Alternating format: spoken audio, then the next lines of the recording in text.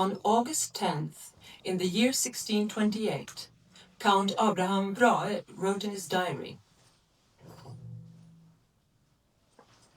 "In the afternoon, between 4 and 5 o'clock, the great new ship Vasa capsized and sank in the channel close to Danviken. Nothing was left above water other than the cross trees on the main mast." There were many in the city who witnessed the disaster. Later, wherever people met, on the streets, in the squares, and in the taverns, the talk was of shock and fright.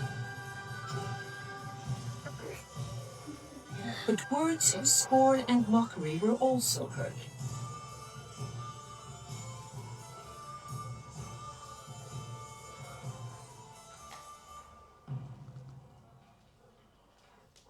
Whose fault was it? Was there a curse on the ship? Or was it a punishment by God? Was she badly constructed? Was the disaster due to negligence? Perhaps the crew was drunk.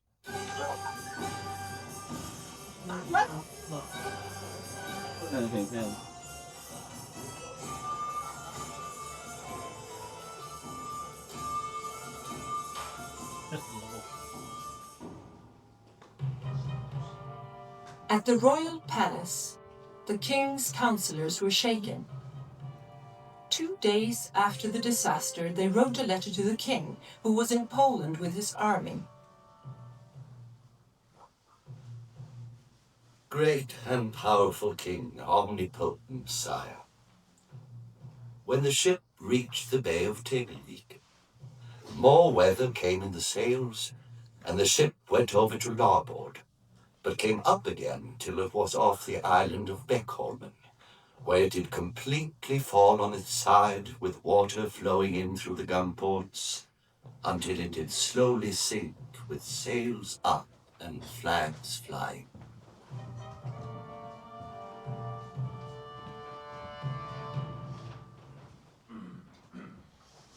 On September 5th, almost a month after the capsizing, Admiral Carl Carlson Gyllenhielm held a major inquiry at the royal palace.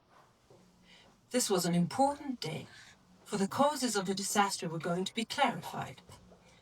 Even more importantly, a culprit was going to be found. The fact that the shipbuilder, Master Henrik Hubertsson, was dead complicated matters. But 7 other men were summoned, and you will meet 3 of them here. We don't know what they looked like, but the minutes of the inquiry have been preserved, and they tell us what the participants said. Arend de Groot managed the affairs of the shipyard where the Vasa had been built. Perhaps he looked like this.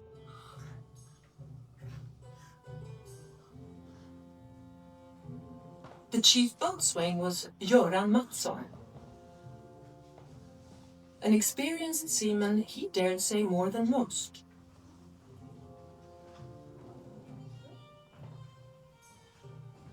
And young Lieutenant Peder Gjerdsson. What would this inquiry mean for his career in the Navy? Lieutenant Peter Gjerdsson, you were responsible for the rigging, and you were on board when the ship set sail. Why didn't you say anything about the ship being so weak? How was I to know? I was only in charge of sails and rigging. We had only set 2 topsails, foresail and mizzen.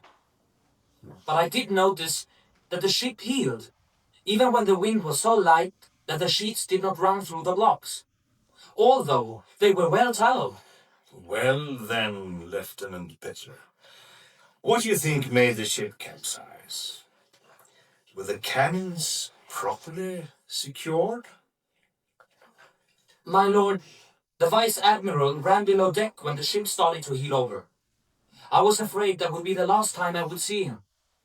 But he did come up on deck again, and cried out that the cannons were secure.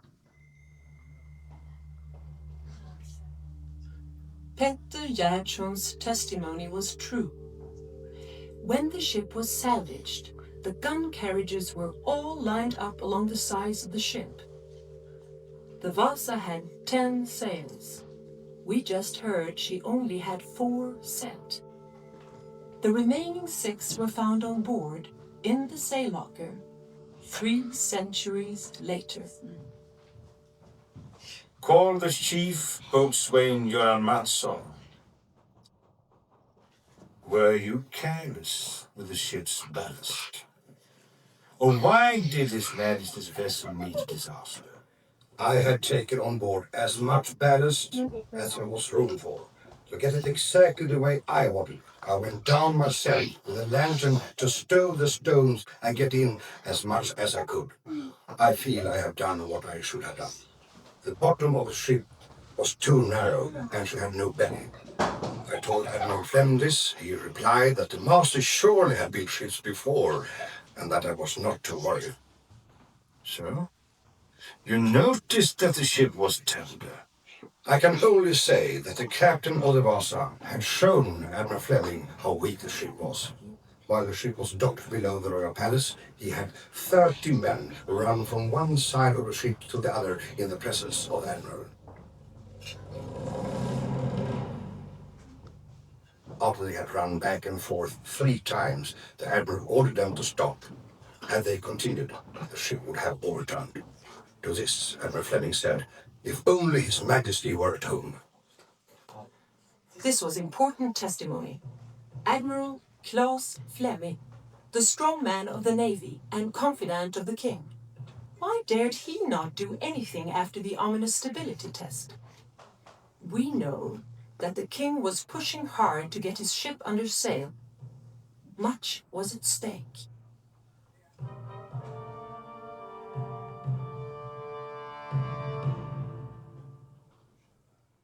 Please call Groot from the shipyard. Why was the ship so poorly built? The ship was as well built as any ship could be. Then why did it capsize? Only God knows. The ship was built according to those specifications that we and His Majesty had agreed upon. You could, my lord, ask any shipbuilder to look at it and they would say that it was incontestably well built. The ship may have been well built, but it was ill-proportioned.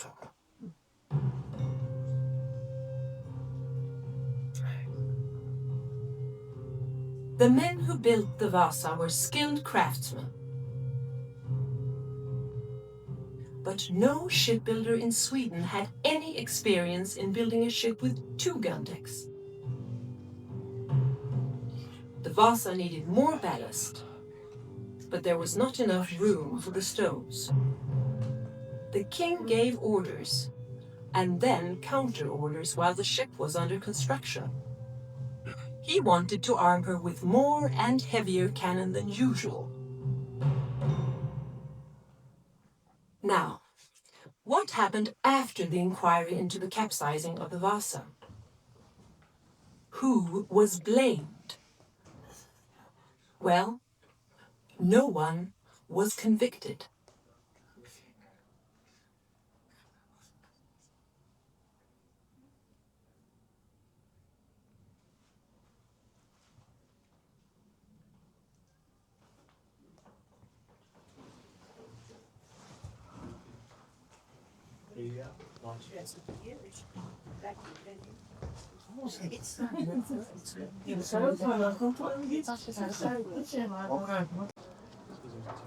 دابا انا خارج من هذيك الصاله صراحه الا تبعتو حتى لهنايا غادي تكونوا عارفين القصه ديال السفينه هذه علاش غرقات وكيفاش داروا حتى جبدوها.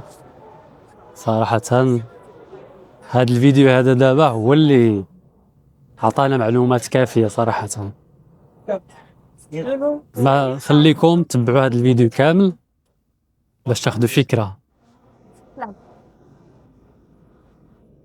عليه كيخرجوا من هذيك الصالة ديال فاش كيعاودوا لهم القصة بهذوك اللغات المختلفة، وهذه نديروا واحد النظرة.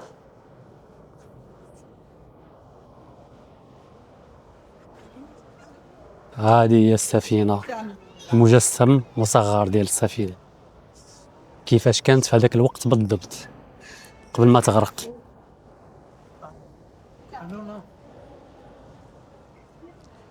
ومن موراها هو المجسم الحقيقي ديال السفينة.